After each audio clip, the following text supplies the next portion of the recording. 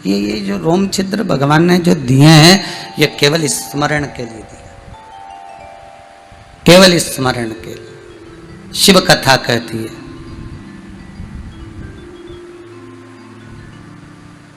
देवऋषि नारद जिस समय पर कामदेव पर विजय प्राप्त कर लेते हैं, प्रथम कथा में कहा है, और कामदेव पर विजय प्राप्त करने के बाद जब भगवान शंकर के द्वार पर जाते हैं, शंकर के द्वार पर गए, उनको जो रुद्राक्ष की माला मिलती है, उस रुद्राक्ष की माला को भूमि पर पटक कर भगवान विष्णु के यहां चले जाते हैं। देखिएगा जरा, और ये रुद्राक्ष कोई साधारण नहीं है, रुद्राक्ष कोई साधारण नहीं है। जिस रुद्राक्ष को भगवान शंकर ने दिया है, जिस रुद्राक्ष को भगवान शंकर ने देवऋषि नारद को पहनाया है, वो रुद्राक्ष साधारण नहीं हो सकता।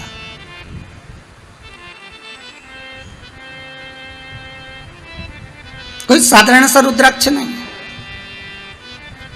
शिव जी के शरीर पर शंकर भगवान का जो स्मरण है, शिव महापुराण का जो रस तत्व है, एक मस्तक पर भस्म का तिलक, मुख में पंचाक्षर मंत्र, त्र्यंबक मंत्र, महामृत्युंजय मंत्र, या श्री शिवाय नमस्तुभ्यम का मंत्र, या श्री शिव का मंत्र, और तीसरा गले में रुद्राक्ष।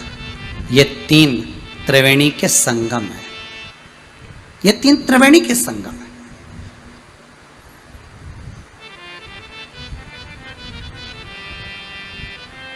एक मस्तक पर त्रिपुंड हो, दूसरा मुख पर भगवान का नाम हो,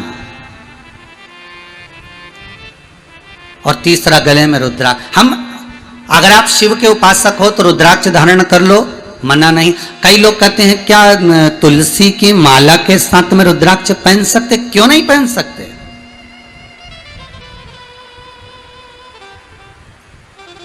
क्यों नहीं पहन सकते? शिव महापुराण की कथा में वेदेश्वर संहिता के अंतर्गत तो वर्णन किया गया कि रुद्राक्ष की महत्वता कितनी है। शिव महापुराण के अनुसार 1 मुखी से लेकर 14 मुखी तक रुद्राक्ष का वर्णन किया है, और कौन सा रुद्राक्ष किसको कब धारण करना है उस तक का महत्व शिव महापुराण के अंतर्गत है। कितना छोटे से छोटे रुद्राक्ष से लेकर कितना बड़े से बड़ा रुद्राक्ष होता है, उस तक का वर्णन है महाराज। और उस रुद्राक्ष की महत्वता क्या है, उस रुद्राक्ष को धारण कैसे करा जाता है, उस रुद्राक्ष को पहना कैसे जाता है, उस रुद्राक्ष की महत्वता क्या है। स्वयं भगवान विष्णु ने भी देवऋषि नारद के मुख से जब निकल गया अपशब्द शिव के लिए कि मैंने काम को जीता है, और उस काम को जिसको शिव नहीं जीत पाए, जिसको शंकर नहीं जीते,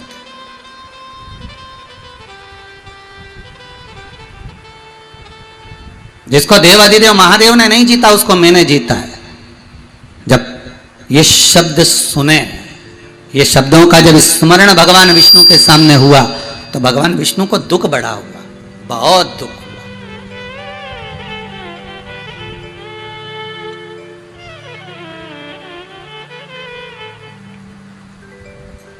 तीन पाप कर्म ऐसे हैं जिनका कभी प्रायश्चित नहीं है, जिनका कोई प्रायश्चित नहीं। 3 पाप। शिव महापुराण में लिखा है 3 पाप ऐसे हैं जिनका कोई प्रायश्चित नहीं है। इन 3 पापों का कोई प्रायश्चित नहीं हो सकता। इन 3 पापों का कोई प्रायश्चित नहीं है। पहला कहा शंकर की निंदा, यह पहला पाप है, शिव की निंदा कर। और जिसने शंकर की निंदा कर दी, ये पाप एक ऐसा हो गया जिसका कोई प्रायश्चित नहीं। तुम चाहे एकादशी कर लो, चाहे प्रदोष कर लो, चाहे द्वादशी कर लो, चाहे संक्रांति कर लो, चाहे तुम दान कर लो, चाहे तुम पुण्य कर लो, चाहे तुम सत्कर्म कर लो, चाहे तुम अक्षय तृतीया कर लो, चाहे तुम्हारी मर्जी पड़े शिवरात्रि कर लो, तुम 1000 बार शंकर का स्नान करा दो, पूजन कर दो, पाठ कर दो, अर्चना कर दो, पर यदि तुमने शिव की निंदा करी है तो इसका कोई प्रायश्चित नहीं। करोड़ों का भले तुम दान कर लो, पर शिव की निंदा अगर करी है तो इसका कोई प्रायश्चित नहीं। दूसरा, शंकर के उपासक, शंकर के भगत, शंकर की आराधना करने वाले की निंदा, यह भी शिव को प्रिय नहीं, यह भी शंकर को प्रिय। दूसरा पाप ऐसा है, इसका भी कोई प्रायश्चित नहीं। शिव का अगर कोई भगत है, शंकर का यदि कोई अनुमोदन करने वाला है, शंकर का कोई स्मरण करने वाला है, शंकर के नाम में अगर कोई डूबने वाला है, शिव की भक्ति को अगर कोई धारण करने वाला है, शंकर के स्मरण में अगर कोई डूबा हुआ है, शंकर के अनुमोदन में कोई डूबा हुआ है, और उसकी अगर कोई निंदा करे तो भी उसका कोई प्रायश्चित नहीं है। आप 1000 दान कर लो, 1000 पुण्य कर लो, सत्कर्म कर लो, भजन कर लो, कीर्तन कर लो, नाम जाप कर लो, तुमसे मर्जी पड़े उतना तुम पुण्य कर लो तो भी उसका प्रायश्चित नहीं हो सकता। और तीसरा, शंकर के लिए धन एकाग्रित कर कर अपने ऊपर खर्च करने वाला भी, उसका कोई प्रायश्चित नहीं। शिव के नाम से, शंकर के अनुमोदन से, शंकर के स्मरण से धन को एकाग्रित कर लिया, शंकर के नाम से धन को इकट्ठा कर लिया और उस धन को अपने परिवार पर खर्च कर रहे हो तो उसका कोई प्रायश्चित नहीं है। उसका पाप कर्म का भोग मनुष्य को कई जन्म लेकर भोगना ही पड़ता, कई जन्म लेकर, ना जाने कितने कितने जन्म लेकर मनुष्य भोगता है, वो भोगेगा। देवऋषि नारद ने निंदा कर दी, किसकी करी है? शंकर की। एक निवेदन आप सबसे रहा है जीवन में, शिव महापुराण के अंतर्गत बार बार आपसे निवेदन करते हैं, आपको मंदिर नहीं जाना मत जाओ, आपको कथा नहीं सुनना मत सुनो, आपको शंकर का अनुमोदन नहीं करना मत करो, पर शिव की या शंकर के कोई भगत। उज्जैन से किसी का फोन था तो वो कह रहे थे, कोई कालू भाई, तो कहे गुरुजी पहले मंदिरों में इतना गंदा पड़ा रहता था, मंदिरों में कहीं पानी, कहीं कीचड़, कहीं कुछ इतना पड़ा रहता था, पर जब से शंकर की कथा लोग सुनने लगे और शंकर को लोग जानने लगे, भले हम उज्जैनी में रहते महाराज जी, पर जब से शंकर की कथा को सुन रहे हैं, जब से शंकर की कथा को जान रहे हैं, तब से शंकर की कथा सुनने के साथ में एक चीज देखने को मिली है कि मंदिर में लोग सफाई बहुत रखने लगे, मंदिर में लोग साफ सफाई बहुत रखते महाराज। और यही शिव की कृपा। पहले भी कहा, आज फिर कहते हैं, जाओ जल हो चढ़ाओ, नहीं हो बेलपत्र चढ़ा दो, बेलपत्र नहीं हो फूल चढ़ा दो, फूल नहीं हो किसी मंदिर में आप जा रहे हो तो किसी वृक्ष की पत्तियां तोड़कर चढ़ा दो, वो भी नहीं है 3 बार ताली बजा दो, इतना भी ना बने तो बम बम भोलेनाथ बोल दो, इतना भी ना बने शंकर का मंदिर का शिखर का दर्शन कर लो, शिखर दर्शनम सर्व पाप नाशनम, इतना भी नहीं कर सकते तो मंदिर में जाकर थोड़ी सी झाड़ू, थोड़ा सा पोछा, थोड़ा सा सफाई कर कर जाओ। यह भी शिव की आराधना ही है, यह भी शंकर की आराधना। महाराज देवऋषि नारद के भीतर जो अहम समाया हुआ था, उन्होंने रुद्राक्ष को फेंक दिया, और रुद्राक्ष को फेंका, भगवान विष्णु के यहां जाकर निंदा कर दी, निंदा करी, भगवान विष्णु के यहां से निंदा कर कर जब गए, शीलनिधि राजा की कन्या का स्वयंवर था और नारद जी को बंदर का मुख लग गया। जब भगवान विष्णु को कह दिया कि आपने मुझे बंदर का मुख लगाया है, आप पृथ्वी पर जाकर जैसे मैं स्त्री के लिए रो रहा हूं, आपको भी रोना पड़ेगा। भगवान ने स्वीकार कर लिया, सब कुछ करा भगवान ने, आखिरी में नारद के भीतर का जो अहंकार था, कामदेव को जीतने के प्रति जो अहम भरा हुआ था वो नारद का अहंकार चला गया। और नारद जी का अहंकार गया, तब नारद भगवान विष्णु से पूछते हैं कि मुझे कुछ ऐसा ज्ञान दे दीजिए जिस ज्ञान के बल पर मैं भगवान शंकर की आराधना करूं। तो शिव जी का सबसे पहला शब्द था कि सबसे पहले तुम गले में रुद्राक्ष की माला धारण करो।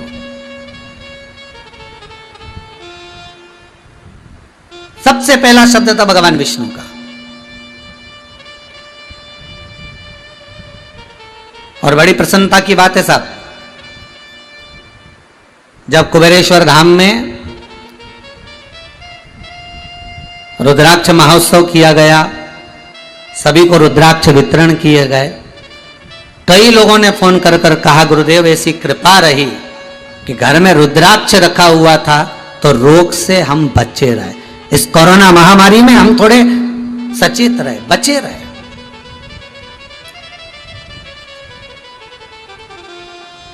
और आप सबसे निवेदन है, प्रयास करो,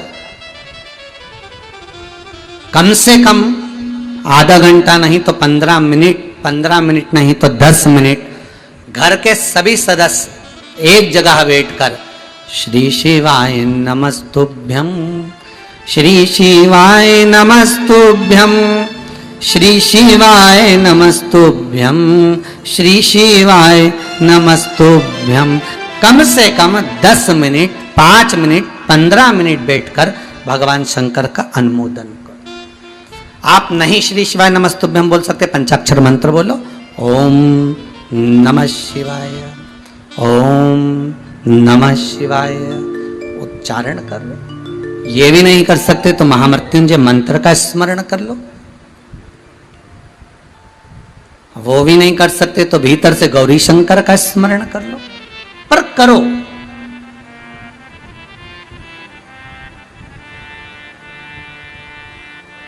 भगवान शिव का स्मरण होना चाहिए।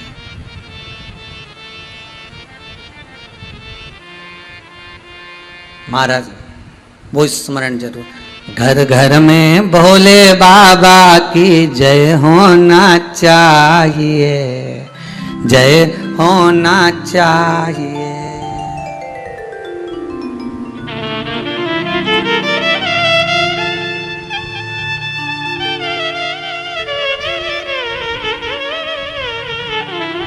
घर घर में भोले बाबा की जय होना चाहिए, जय होना चाहिए। घर घर में भोले बाबा की जय होना चाहिए, जय होना चाहिए। घर घर में भोले बाबा की जय होना चाहिए, जय होना चाहिए। घर घर में वो दृष्टि आप पर पड़ी हुई है, उलझोगे नहीं कभी संसार में कहीं।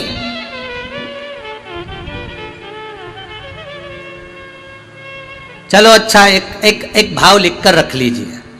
आपके घर में बच्चे का जन्म हो जाए, वो 1 साल का, 1.5 साल, 2 साल का, उसके बाद उसके गले में रुद्राक्ष पहना तो जीवन पर्यंत के लिए। और उसकी पत्रिका कैसी भी हो, भले उसकी पत्रिका में मंगल हो, राहु हो, केतु हो, शनि हो, कहीं ढैया लग रहा है, कहीं 7.5 लग रहा है, कहीं राहु वक्री हो रहा है, कहीं केतु वक्री हो रहा है, कहीं कोई दुख आ रहा है, कोई तकलीफ आ रही, उसकी राशि में, उसकी पत्रिका में, उसके ग्रह में, उसके भाग्य में कितना भी दुख लिखा हो, एक रुद्राक्ष पटक दो उसके गले में। जीवन में शंकर की दृष्टि उस पर पड़ी रहेगी तो यह पक्का है कि उसको दुख का भान नहीं होगा, दुख का भान नहीं होगा।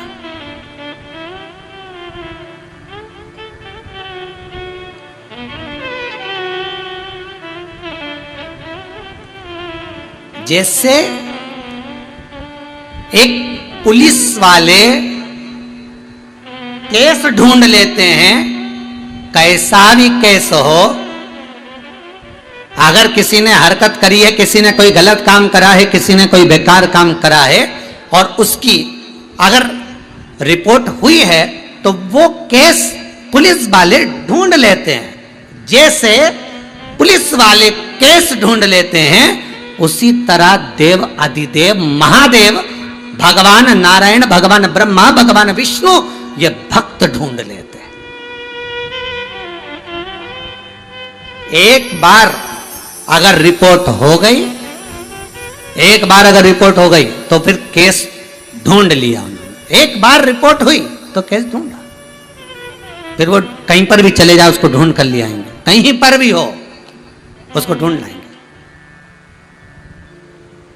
एक बार अगर रिपोर्ट हो गई ढूंढ, वो तो जैसे पुलिस वाले केस ढूंढ लेते हैं, उसी तरह देव अधिदेव महादेव, मेरा विष्णु, मेरा राम, मेरा कृष्ण, मेरा नारायण, एक बार गले में अगर रुद्राक्ष की माला आ गई, एक बार गले में रुद्राक्ष का मन का आ गया, एक बार तुलसी की माला तुम्हारे गले में आ गई, फिर भगवान ढूंढ लेगा, फिर भगवान ढूंढेगा। एक बार बस रिपोर्ट लिखाई तो ढूंढना उसका काम। उसी तरह एक बार गले में रुद्राक्ष आया, फिर वो उसकी मर्जी, वो ढूंढेगा। वो कैसे ढूंढता है ये उसके ऊपर, उसकी दृष्टि कैसे पड़ती है ये उसके ऊपर।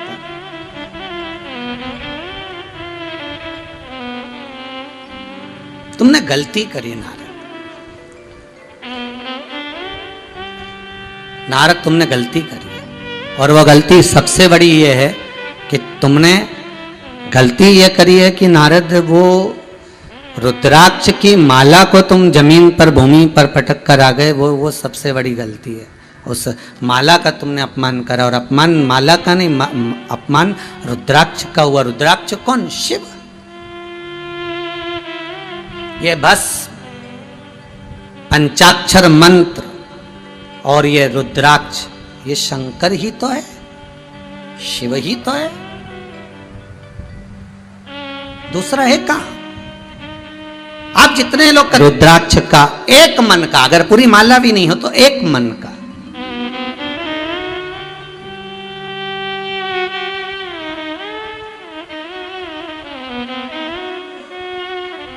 एक मन का,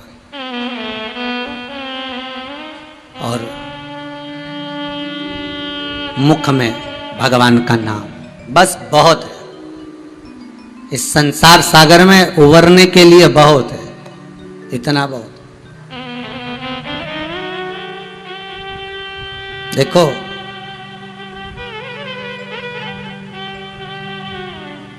जन्म से लेकर मृत्यु तक शिव महापुराण की कथा कहती है, अगर कोई मर भी गया है और उसके गले में अगर रुद्राक्ष का मन का है, रुद्राक्ष की माला है, पड़े रहने दो, उतारना नहीं है।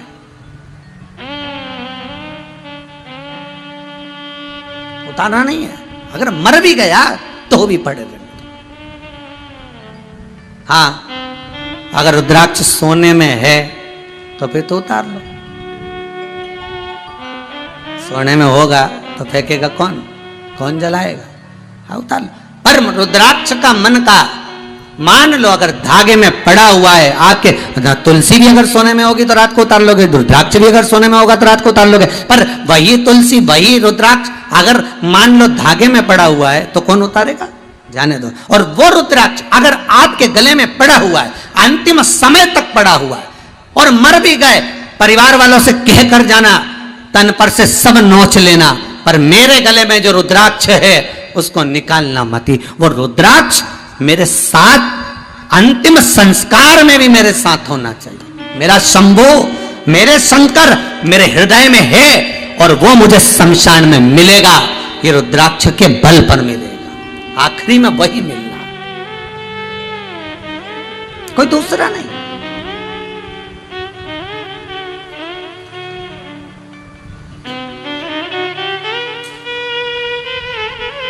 महाराज, जब भी जन्म मिलेगा सेवा करेंगे तेरे, कहते तुमसे बाबा शरण रहेंगे तेरे। जब जन्म मिले, कहते हैं शिव महापुराण की कथा कहती है, सुंदर भाव लिंग पुराण का वर्णन करता है, स्कंद पुराण कहती है रुद्राक्ष छाती पर, हृदय पर है, और अंतिम संस्कार भी अगर हो गया है, वो रुद्राक्ष का बल इतना प्रबल होगा कि मृत्यु लोक से छुड़ा देगा, फिर परमात्मा के धाम में पहुंचा देगा, फिर जन्म नहीं होने देगा। वो रुद्राक्ष की महत्वता है। रुद्राक्ष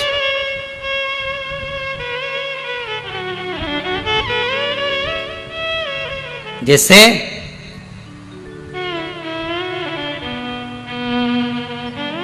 एक चक्षु नरियल,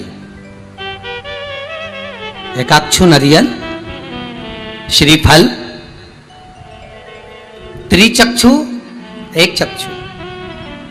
श्रीफल देखा होगा नारियल, नारियल में पीछे की ओर जहां से जटा होती है और पकड़ के जहां से फोड़ते नारियल को, उस जटा के पास में 3 छिद्र होते हैं।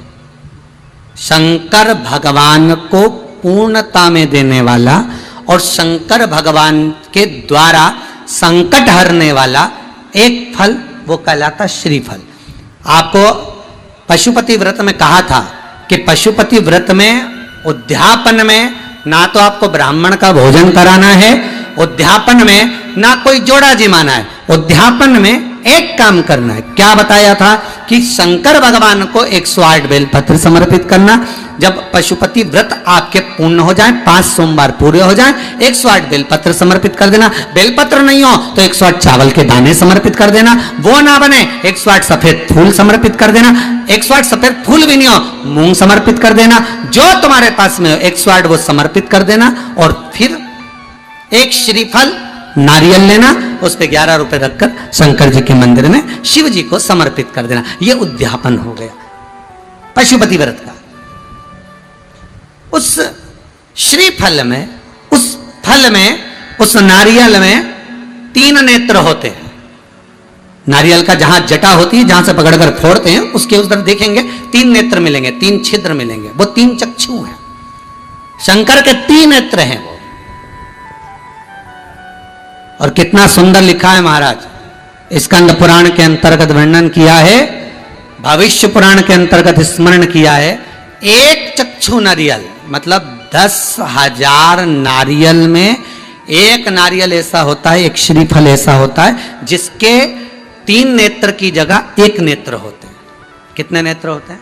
1 नेत्र। जितने भाई बहन सुन रहे हैं बड़े ध्यान से सुनना महाराज। श्रीफल जो नारियल आप कलश पे रखते हो, जो नारियल आप मंदिर में ले जाते हो, पूजन करते हो, तो 3 चक्षु नारियल, 3 नेत्र वाला नारियल, अर्थात नारियल की जहां जटा होती है वहां उसके 3 नेत्र होते हैं, 3 चक्षु होते हैं।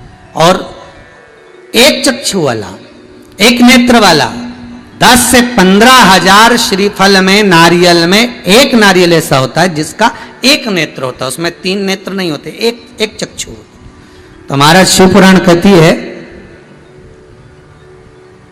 स्कंद पुराण कह रही है कि 1 चक्षु जो नारियल होता है उसको शुक्रवार का जब प्रदोष पड़े, जिसको कहते हैं शुक्र प्रदोष। कौन सा प्रदोष होना चाहिए? शुक्रवार का प्रदोष। तो शुक्रवार के प्रदोष वाले दिन उस नारियल को एक बेलपत्री के साथ में महाराज अंदर तिजोरी में या अलमारी में या आपकी जहाँ बरकत होती है, दुकान का जहाँ व्यापार व्यवसाय चलता है, अलमारी होती है या गुल्लक होती है या तिजोरी होती है या अलमारी होती है, उसमें उसको रख दिया जाता है। कब रखना है? शुक्रवार का प्रदोष के दिन।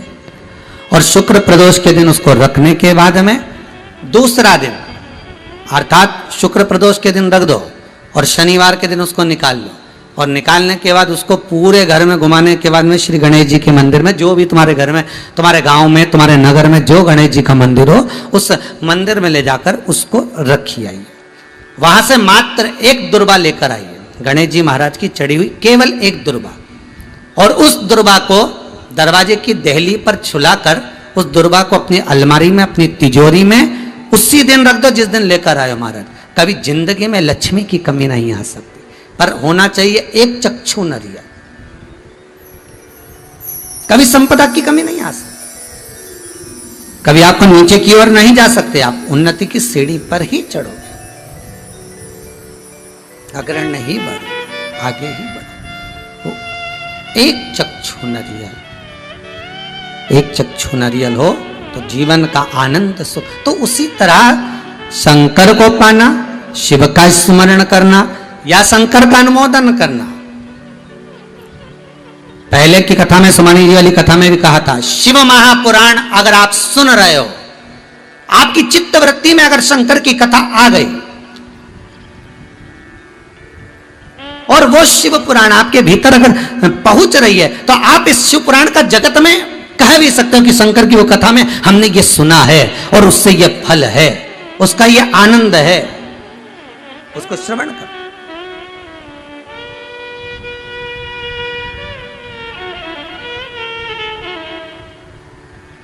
उस कथा को जनमानस तक मैं धन्यवाद दूंगा।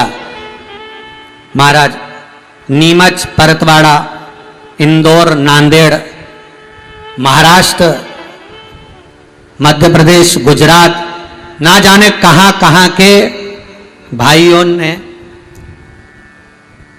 पत्रकारों के माध्यम से, अखबारों के माध्यम से अपने अपने क्षेत्र में इस शिव महापुराण का प्रचार किया और कहा 30 तारीख से शिव महापुराण की कथा आ रही है, पदा की कमी नहीं आ सकती। ये उसी तरह जैसे किसी व्यक्ति को रोग हो गया और बहुत रोग होने के बाद दवाई चल रही है, औषधि चल रही है, पर रोग समाप्त नहीं हो रहा, तो ये एक चक्षु जो नरियल होता है, इस एक चक्षु नरियल की जो जटा होती है, इस जटा को निकालकर इसको जलाकर इसकी राख तैयार कर कर इसकी भस्म बनाकर शंकर भगवान पर भौम प्रदोष के दिन, सोमवार की प्रदोष पड़ने वाले दिन अगर शिव जी के शिवलिंग का लेपन करा जाता है, तो कहते हैं उस लेपन का थोड़ा सा भाग, थोड़ी सी भस्म लाकर बीमार व्यक्ति के हृदय पर लगा दी जाती है, तो वो रोग से मुक्त होता है, उसको रोग नहीं घेरता। इस एक चक्षु नरियल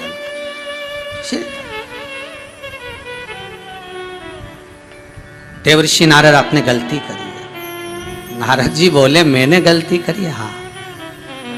क्या गलती हो गई मुझसे? गलती नारद जी आपने ये करी कि पहले तो शंकर की निंदा कर दी।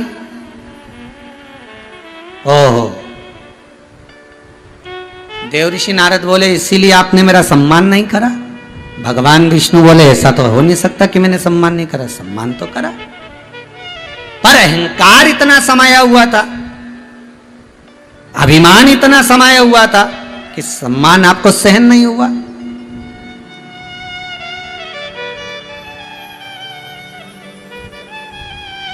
सम्मान सहन नहीं हुआ।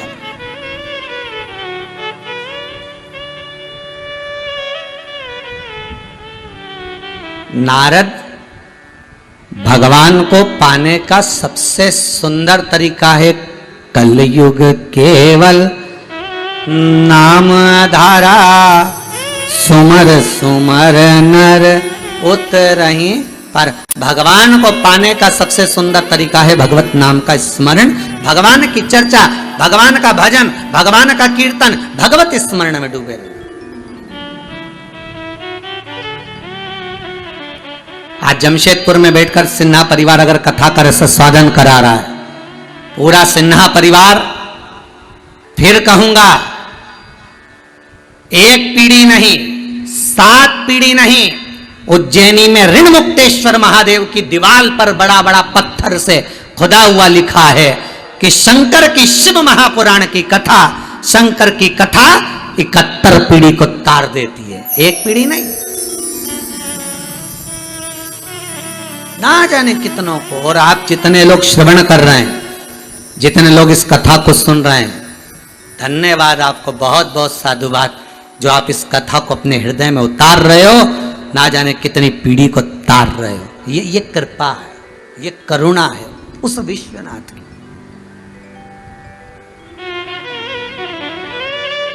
करुणा उस। नारद तुमने गलती तो करी है। नारद बोले इसलिए शायद आपने मेरा सम्मान नहीं करा। भगवान बोले मैंने तो सम्मान दिया था, पर अहंकार इतना बड़ा था कि सम्मान दिखे कहां। भक्ति हो तो भगवान दिखे।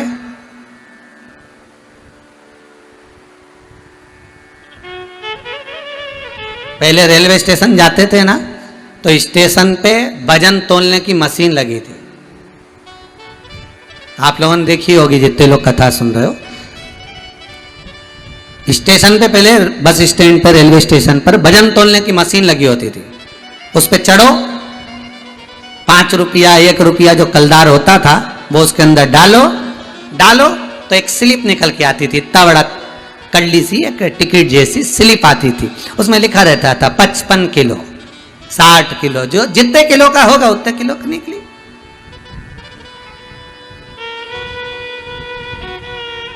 पर कोई समझदारी करे और उसमें कलदार की जगह, 1 का कलदार, 5 का कलदार, 2 रुपया की जगह उसमें 500 का नोट डाले तो स्लिप आएगी क्या? अरे बोलो तो रे, आएगी क्या?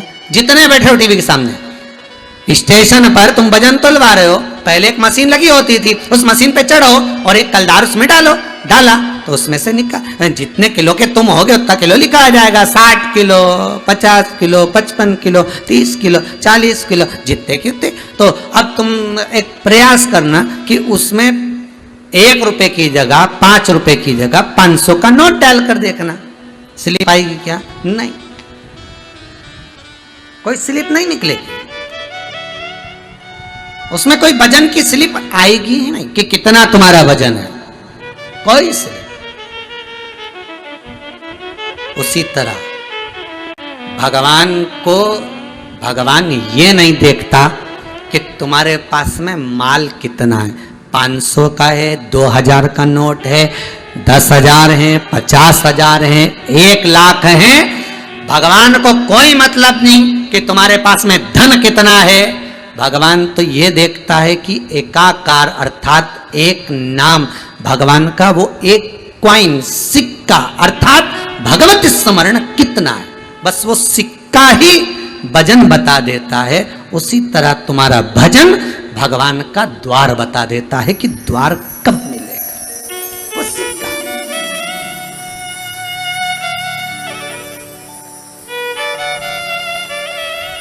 मात्र एक सिक्का वो दिखा देता।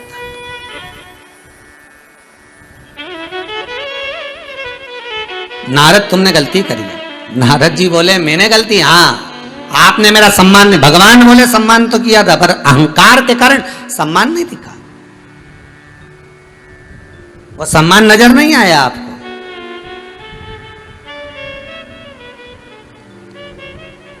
ओह प्रभु, मैंने आपको श्राप दे दिया, आप मनुष्य बनकर इस मृत्यु लोक में आओगे और आपको भी स्त्री के लिए अर्थात अपनी पत्नी के लिए रोना पड़ेगा। भगवान कह रहे हैं देव ऋषि नारद, ये तो सब कर्मों का भोग है जिसको भोगना पड़ेगा, इसको भोगना है।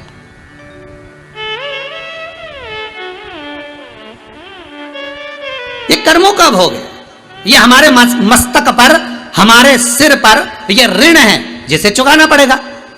एक ऋण तो मेरे राम जी के मस्तक पर भी था जो उनको कृष्ण अवतार में आकर चुकाना पड़ा।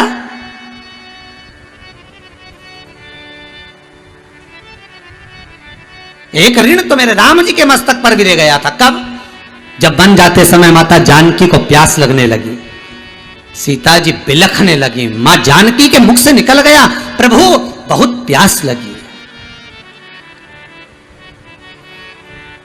मुझे बहुत प्यास लग रही है प्रभु। राम जी बोले जलाशय तो कोई पास में दिख नहीं रहा, मेरे नजदीक में कोई पानी का केंद्र, कोई पानी का स्थान, कोई तालाब, कोई सरोवर, कोई कुंड, कोई झरना नजर नहीं आ रहा।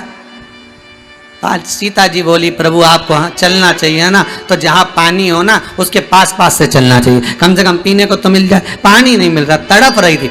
वहीं पर एक मोर नाच रहा था, मोर नाच रहा है। राम जी ने हाथ जोड़कर मोर को बुलाया, प्रभु ए मयूर देव आइए। मोर दौड़ कर आया, प्रभु क्या आज्ञा है, क्या आज्ञा है प्रभु?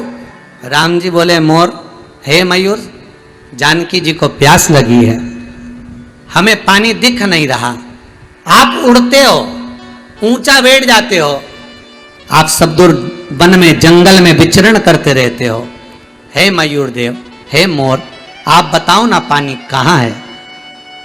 मोर बोला प्रभु थोड़ी दूर पर पानी है, आप चलो मेरे साथ, मैं आगे आगे चलता हूं, आप मेरे पीछे चलो। राम जी बोले ठीक है, पर मोर ने कहा चलने में दिक्कत आएगी। राम जी पूछे वो कैसे? मोर बोला प्रभु चलने में ये दिक्कत आएगी कि आप तो पांव से चल लोगे पर मुझसे इतना चला नहीं जाएगा क्योंकि मेरे पंख इतने बड़े हैं, इतना मैं चल नहीं पाऊंगा। तो राम जी बोले क्या चाहते हो? मोर बोला एक काम करता हूं, मैं उड़ उड़ के चलूंगा और तुम पैदल पैदल चलो। भगवान बोले ठीक है। तो मोर बोला प्रभु चल तो दोगे, पर मुझे एक बात बताओ, अगर मैं ज्यादा तेज उड़ गया और चले गया कहीं, फिर तुम्हें रास्ता कौन बताएगा? इसलिए एक काम करता हूं। भगवान बोले वो क्या? मोर बोला रास्ता मैं बताऊंगा, जहां जहां पर मेरा पंख गिरा पड़ा दिखे उसी रास्ते से तुमको आगे बढ़ते हुए आना है। राम जी बोले ठीक है। मोर चलता गया, उड़ता गया, पंख गिरते गए, राम जी चलते गए। राम जी के मन में आया मेरे पिता श्री दशरथ जी महाराज और मेरे गुरु बाबा ने बताया था कि मोर के पंख झड़ने का, पंख गिरने का भी एक समय होता है, एक महीना होता है, एक समय होता है, एक तिथि होती है। मोर के पंख झड़ने का भी एक समय होता है।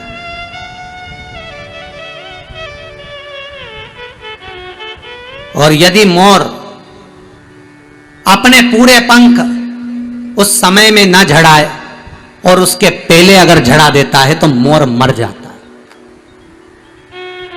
राम जी को लगा ये मोर मुझे रास्ता दिखाने के लिए अपने पंख गिराता गिराता गिराता गिराता जा रहा है, और सरोवर के नजदीक मोर पहुंचा, तन पर एक पंख नहीं था मोर के। और मोर, सीता जी ने पानी पिया, मोर के पास आई। राम जी ने देखा मोर के प्राण छूट रहे हैं। राम जी ने कहा मयूर तुम्हारे पंख तो एक समय पर झड़ते हैं, तुमने पूरे झड़ा दिए, अब तो तुम मर जाओगे। मोर कहता है प्रभु क्या हुआ, पर पानी तो पिला दिया। प्रभु अगर पंख झड़े तो झड़ जाए, पर मैंने आपको पानी तो पिला दिया ना, आप भूखे तो नहीं हो।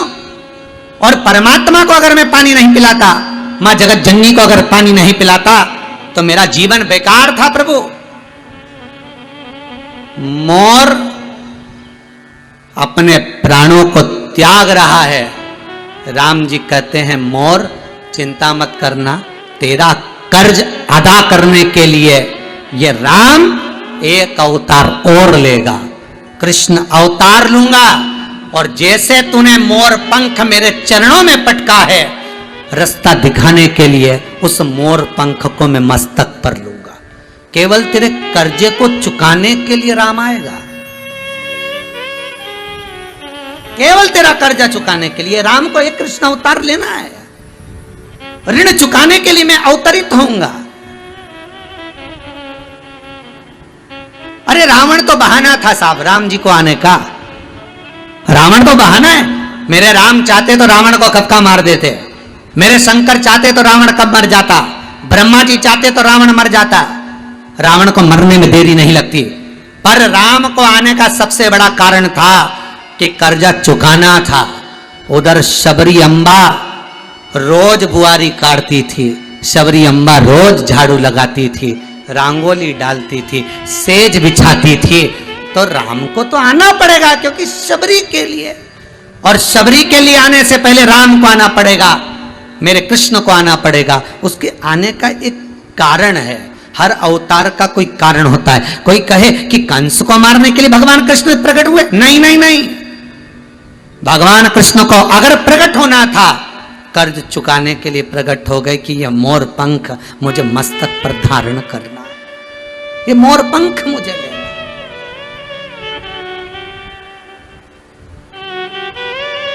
चुकाना है।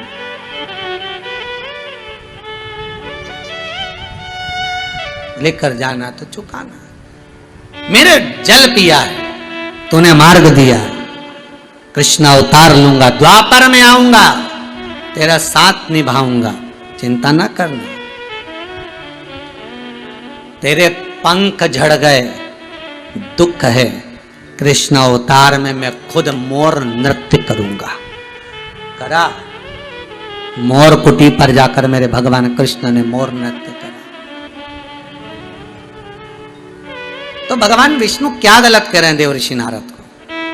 शिव महापुराण की कथा कहती है, कथा का आज प्रथम दिवस है, नारद जी के चरित्र से इस कथा को प्रारंभ करा है।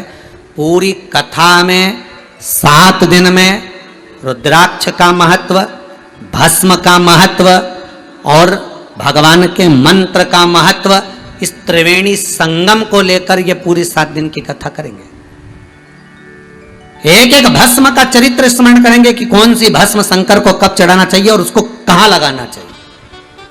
अगर घर में रोग आ गया तो भस्म कौन सी लगाना है, बुखार ज्यादा आ गया तो भस्म कौन सी समर्पित करें,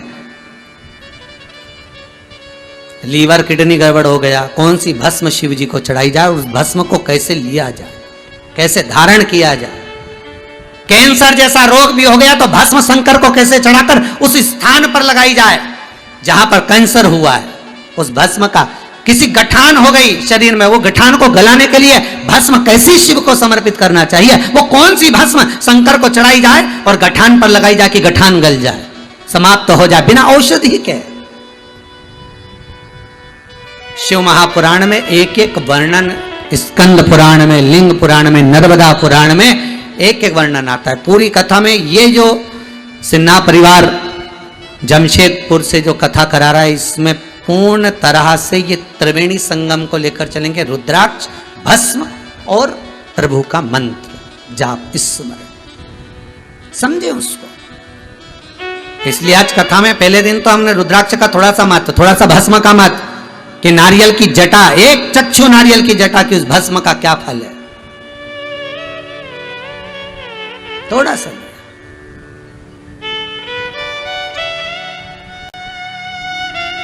महाराज, चपटी भभूत में है खजाना कुबेर का, सहज नहीं है। शमशान की राख, शमशान की जरा सी राख कपड़े पे लग जाती है, तन पे लग जाती है तो घर आकर नहाना पड़ता है, कपड़े को धोना पड़ता है, और वही मुर्दे की राख मेरे शंकर को चढ़ जाती है और वो करोड़ों में बिक जाती है। वही मुर्दे की राख, वही बस।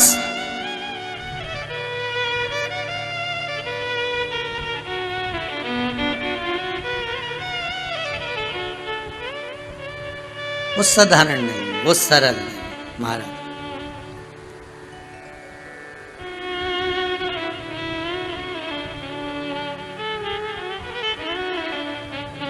वो सहज नहीं हो सकती।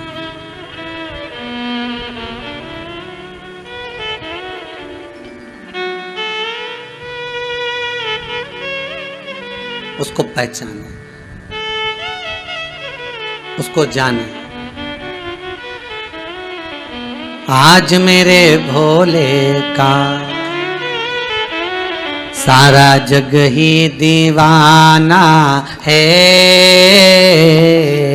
आज मेरे भोले का सारा जगत दीवाना है। आज मेरे भोले का सारा जगत दीवाना है, आज मेरी गलती क्या है? भगवान विष्णु बोले सबसे बड़ी गलती तो निंदा। आप सबसे भी निवेदन है, जितने कथा को श्रवण कर रहे हो, करबद्ध निवेदन है, प्रयास करना शंकर की कभी निंदा ना करना, या शंकर का कोई भगत हो, शिव का कोई उपासक हो, शंकर का कोई अनुमोदन करने वाला हो, शिव स्मरण करने वाला हो, शंकर का स्मरण कराने वाला हो, उसकी भी कभी निंदा ना करना। करबद्ध निवेदन। सबसे बड़ी गलती तो यह है कि नारद जी आपने निंदा कर,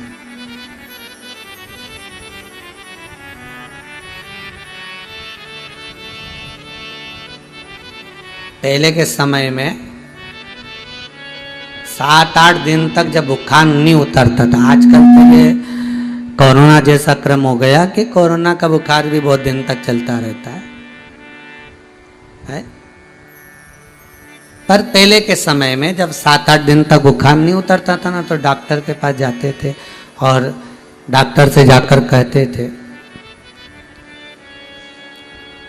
डॉक्टर से जाकर निवेदन करते थे, साहब देखना जरा, 8 दिन हो गए बुखार नहीं उतर रहा, देखो जरा 8 दिन हो गए। फिर डॉक्टर साहब एक दवाई देते थे, 4-5 गोली, 5, और एक पुड़िया में ऐसा बांध बुंदा के दे देते थे हॉस्पिटल में से। और पहले की बात बता रहे,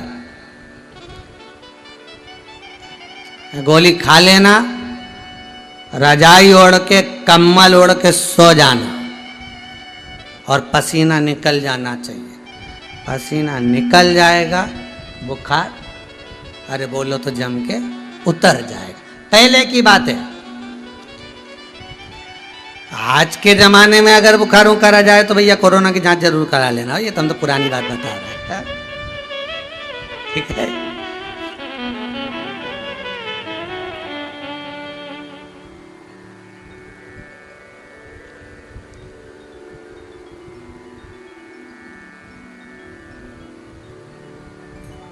एक मैसेज में कहीं लिखा हुआ था, पति और पत्नी के गुस्से में क्या अंतर है?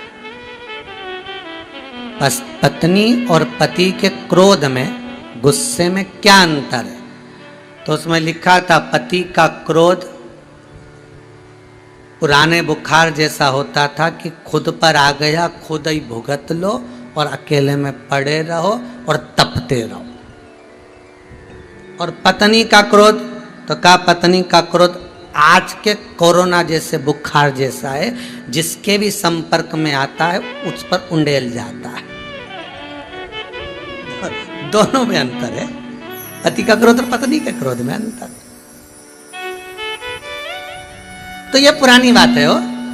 7-8 दिन तक बुखार नहीं उतर रहा, डॉक्टर साहब के पास गए, उन्होंने दवाई दे दी लिख के, गोली जाओ काउंटर पे से ले लो, सरकारी हॉस्पिटल काउंटर पे से गोली ले ली, अब गोली में से गोली खा लेना, ओढ़ कर सो जाना, पसीना निकल जाने देना, हवा में मत जाना, पसीना निकल जाएगा, बुखार चला जाएगा, ठीक है साहब। और मान लो गोली खा और हवा में चले गया तो बुखार उतरेगा नहीं, और बढ़ जाएगा। बस भगवान विष्णु भी नारद जी को ये कह रहे, भगवान विष्णु भी नारद को यही कह रहे कि इस अहंकार को निकल जाने दे। तो वो निकलेगा कैसे? पसीना कैसे निकलेगा, अहंकार कैसे निकलेगा?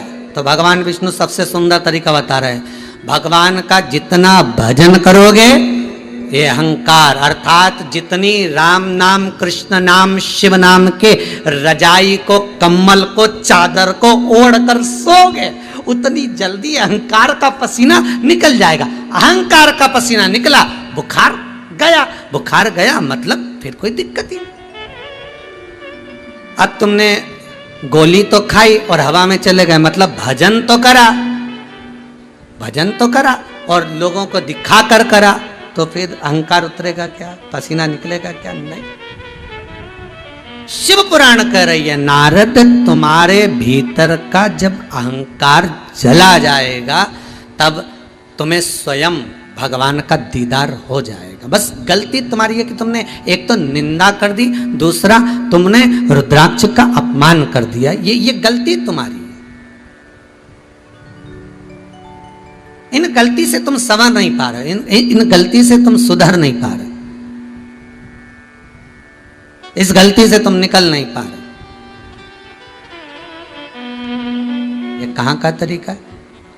फिर याद रखना बहुत अच्छी तरह से, बहुत ध्यान देना महाराज,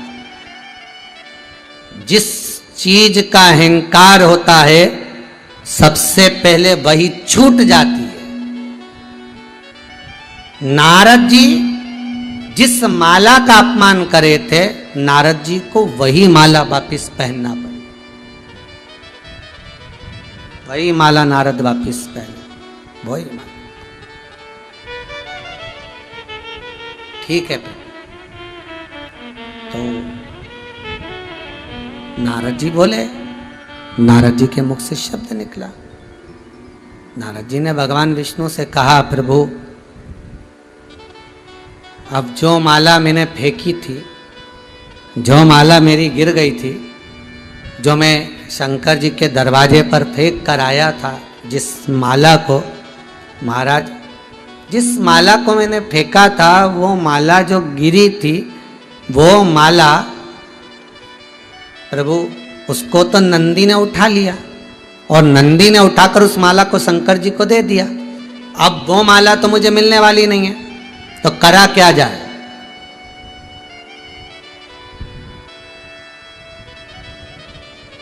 जो माला हमें मिली उसका हमने सम्मान नहीं करा, हमने उसका सम्मान नहीं कर पाए, हम उसका आदर नहीं कर पा रहे, हम उसका सत्कार नहीं कर पाए। वो माला जो गिरी, फिर भगवान कहते हैं, नारद एक काम करो, तुम जाओ बेल पत्र के वृक्ष के नीचे बैठकर अखंड अखंड भगवान शंकर के नाम का स्मरण करिए, अखंड करिए।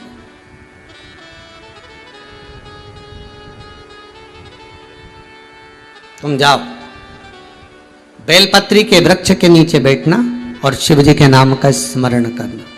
ठीक है। नारद जी गए। सबसे पहले नारद चंद्रभागा नदी के तट पर जाते हैं और चंद्रभागा नदी के तट पर जाकर भगवान शिव का स्मरण करते हैं। वहां एक बेलपत्री के वृक्ष को ढूंढते हैं। बेलपत्री के वृक्ष को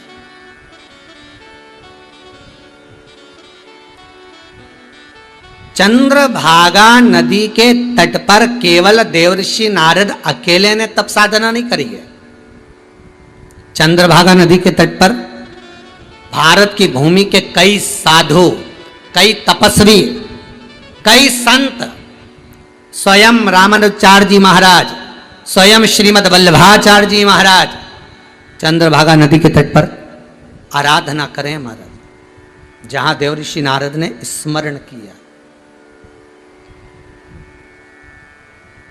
और कितना विचित्र, पूरी भारत की भूमि पर श्रीमद वल्लभाचार्य जी महाराज की बैठक जी में से एक बैठक ऐसी है, श्रीमद वल्लभाचार्य जी के जहां पर चरण है वो पंढरपुर है, जहां पर संपूर्ण ब्रह्मांड में, संपूर्ण भारत की भूमि पर श्रीमद वल्लभाचार्य जी की जहां जहां बैठक जी है वहां पर चरण का दर्शन नहीं होगा, पर पंढरपुर में हरि विठ्ठल की साक्षी में चंद्रभागा नदी के तट पर श्रीमद वल्लभाचार्य जी महाराज के चरण चिन्ह है वहां। क्यों? श्रीमद वल्लभाचार्य जी वहां बैठकर जब भगवान का स्मरण करते थे, गोवर्धन नाथ जी की लीलाओं का व्याख्यान वर्णन श्रीमद भागवत सुबोधनी में जब अंकित करते थे, तब श्री चंद्रभागा नदी, चंद्रभागा स्वयं दौड़कर श्रीमद वल्लभाचार्य जी महाराज की जल की व्यवस्था करती थी। झारी जी भरने का काम स्वयं चंद्रभागा नदी करती।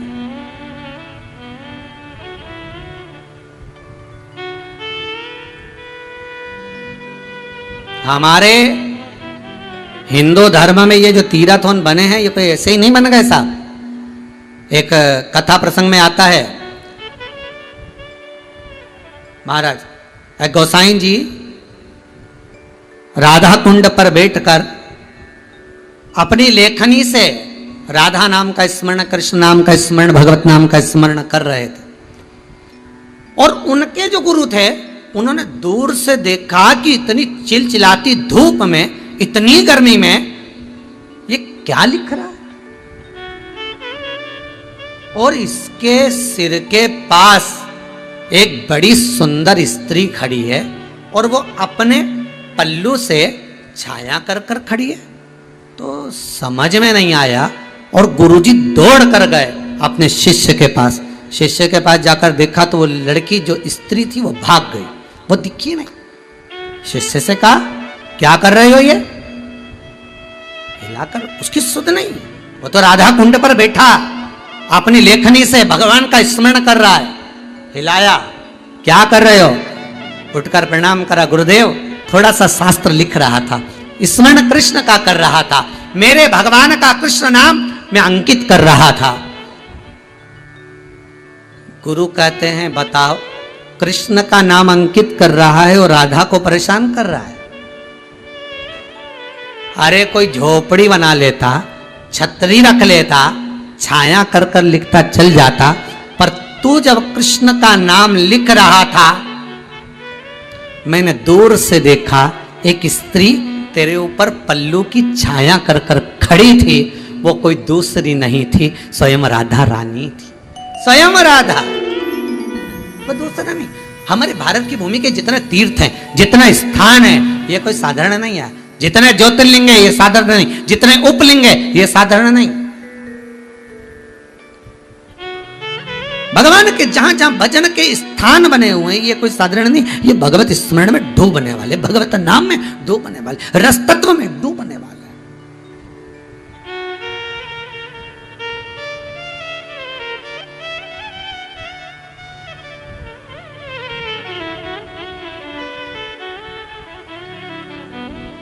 जाइए बेलपत्री के पेड़ के नीचे बैठो, तब साधना करो।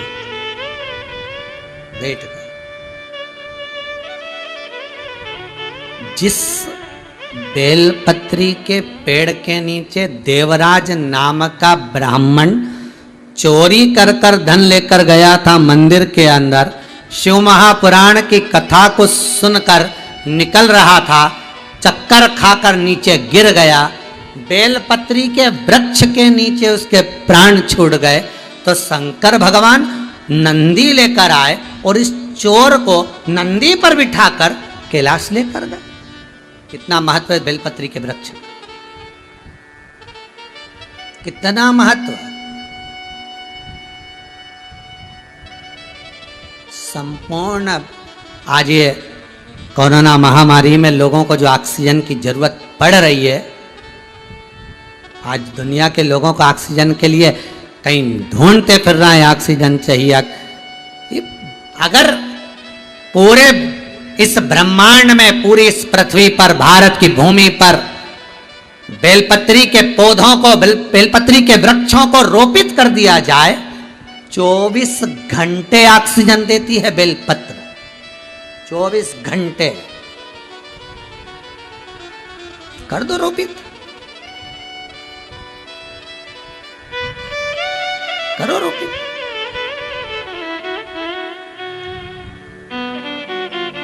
चौबीस घंटे ऑक्सीजन देती है। एक बेलपत्री का जरा सा फल, उस फल का जरा सा टुकड़ा सुखाकर अग्नि में डाल देने पर वातावरण ऑक्सीजन से परिपूर्ण हो जाता है। जरा सा बेलपत्री के फल का टुकड़ा अग्नि में जलाया और ऑक्सीजन प्रबल हो गई। साधारण है। आगे कथा में अपन सुनेंगे, एक बेलपत्री का पौधा लगा देना, एक बेलपत्री का वृक्ष लगा देना, 1 लाख शिव मंदिर के निर्माण करने के बराबर है।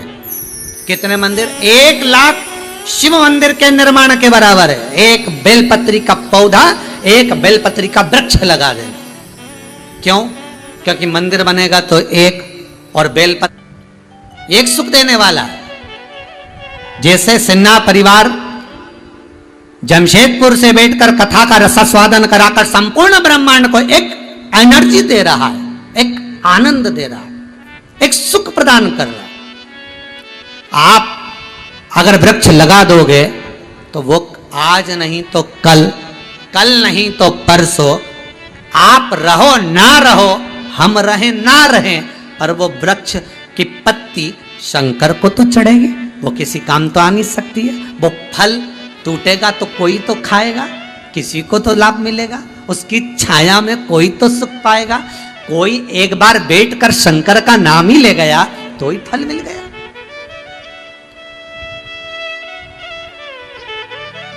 लगाओ 1 जून से 26 जुलाई सावन का पहला सोमवार तक लगो। अपनी अपनी संस्था, अपनी अपनी महिला मंडल, अपने अपने दोस्तों के साथ, कि हमें पीछे एक बैनर लगाना है विठलेश सेवा समिति और श्री विठलेश सेवा समिति, और नीचे लिख देना है आपका गांव का नाम, आप जहां के भी हो उस गांव का नाम, और उस बैनर के तले आप फोटो भेजो, आपका आस्था चैनल पर भी चलेगा। इस कोरोना महामारी में पहली कथा जब कही थी, इस कोरोना काल के अंतर्गत, उस समय से जब कथा कही थी तो कहा था कि धीरे धीरे 5 कथा तक पहुंचेंगे और बाबा ऐसी कृपा करेगा कि ये कोरोना महामारी, ये वायरस कम होता चले जाएगा। और अंदाजा लगाकर देखिए, ये 3री कथा चल रही है और अब धीरे धीरे हर जगह पर लॉकडाउन जो लगे हुए थे वो धीरे धीरे खुलते चले जा रहे हैं। यही शिव की कृपा है, यही शंकर की कृपा है।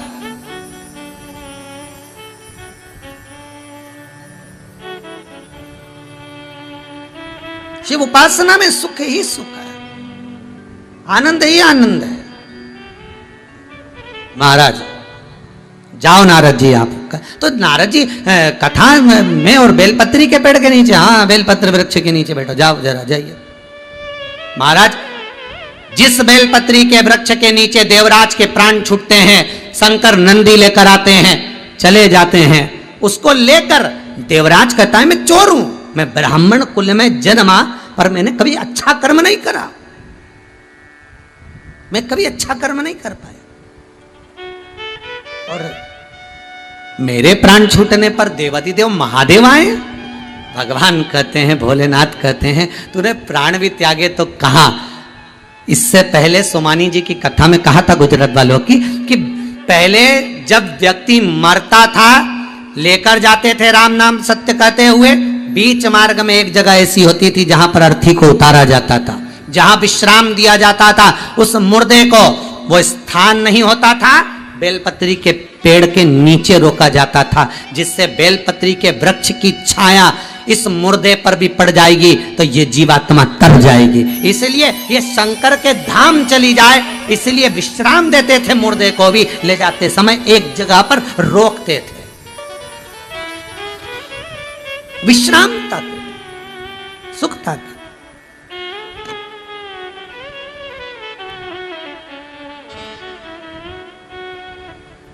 नारद तुम समझोगे नहीं, एक बिंदु नाम का ब्राह्मण था,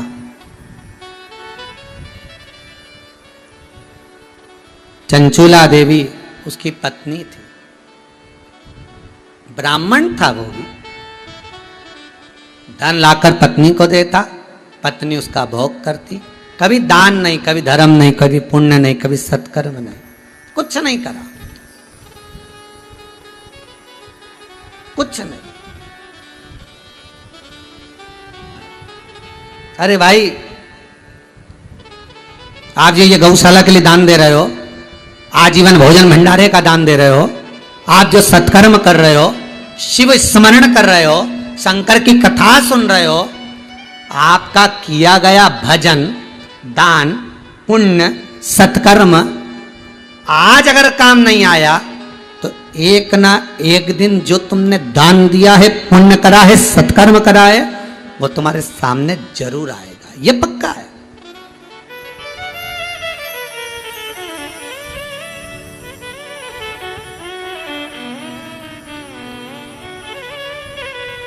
सुख सागर या फिर गीता प्रेस गोरखपुर का गो अंक कल्याण का जरूर पढ़ना। उसमें क्या लिखा है? गीता प्रेस गोरखपुर का गो अंक कल्याण का कहता है कि मंदिर, भगवान कृष्ण के जितने मंदिर हैं, भगवान के जितने मंदिर हैं, ये भगवान का ऑफिस है। क्या है ये भगवान का? जम के बोलिए, ऑफिस। जितने लोग आस्था पे करता सुन रहे हैं, बड़े ध्यान से सुनना, कि जितने भारत की भूमि पर मंदिर बने हैं, जितने विदेशों में मंदिर बने हैं, जहां जहां मंदिर बने हैं, ये भगवान का ऑफिस है, कार्यालय है। और जितनी गौशाला है, जितनी भी गौशाला है, ये भगवान का निज घर है। आप कहां जाते हो? मंदिर। अर्थात जिसको लेन देन की बात करना रहती है वही मंदिर जाता है। अर्थात जिसको ऑफिसल की बात करना है, ऑफिस की बात करना है, वो मंदिर जा रहा है। पर गौशाला वही जाता है जिसको भगवान एंट्री देते हैं, क्योंकि अपने घर में हर किसी को थोड़ी ना घुसा लोगे। अगर गौशाला में आप सेवा कर रहे हैं, गौशाला में दान कर रहे हैं, गौशाला में पुण्य कर रहे हैं, गौशाला में पहुंचकर झाड़ू लगा रहे हो, गौशाला में पहुंचकर गौ माता को चारा दे रहे हो, गौशाला में पहुंचकर गाय को अगर एक रोटी भी दे रहे हो, गौशाला में अगर आप जा रहे हो तो समझ लेना कि आप भगवान कृष्ण के कितने नजदीकी हो, आप भगवान के कितने स्नेही हो, क्योंकि भगवान अपने घर में तुम्हें बुला रहा है, ऑफिस में नहीं। अगर आज ये सीहोर नगर से 12 किलोमीटर दूर ये जंगल में गोडभेला, नापली, चितावलिया, हेमा में ये जो गौशाला बनी, तो लोग अपना घर छोड़कर अगर यहाँ आएंगे तो उनको ये लगना चाहिए, उनको ये एहसास होना चाहिए कि ये भगवान का केवल ऑफिस नहीं, ये भगवान का मंदिर है, नहीं, ये भगवान का घर है। ये घर है भगवान का, जहां मेरा गोपाला, जहां मेरा कृष्ण, जहां मेरा नारायण मिलेगा, जहां मेरा शंभू मिलेगा, हर पल, हर घड़ी, हर क्षण।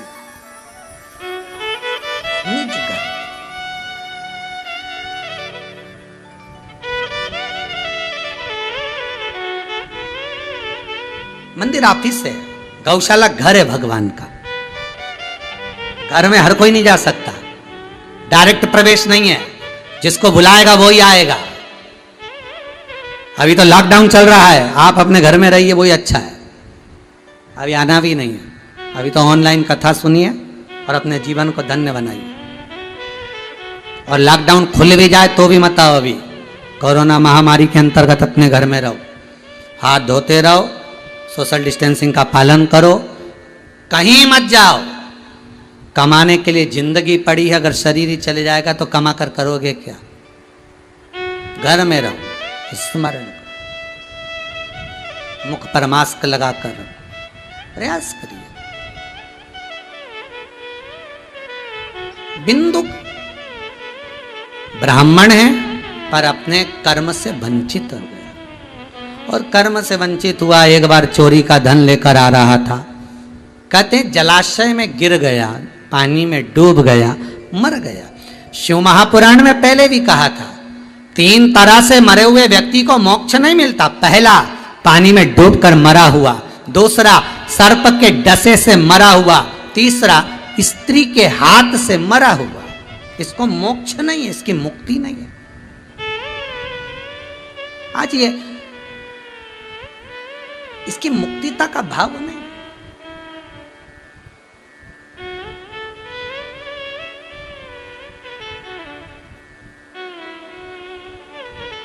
मर गया। पत्नी चंचुला देवी ने सारा कर्म करवाया, मौन हो गई, चुप रहती। गई काशी, दर्शन के लिए पहुंची, अभिमुक्त नगरी में पहुंची, जहां पर पहुंचकर बस पांव रखते ही लोग मुक्त हो जाते हैं। वो ऐसी नगरी में पहुंचे, अभिमुक्त पहुंचे। शिव कथा कानों में थी, कहीं सुन ली थी, कानों में पड़ गई थी, और गंगा नहाकर आ रही थी, प्राण छूट गए। प्राण छूटे। जब प्राण छूट गए,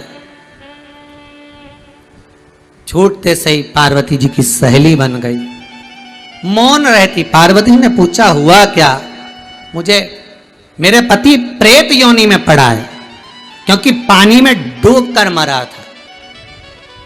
उसकी मुक्ति का उपाय पार्वती जी कहती है, शिव महापुराण की कथा।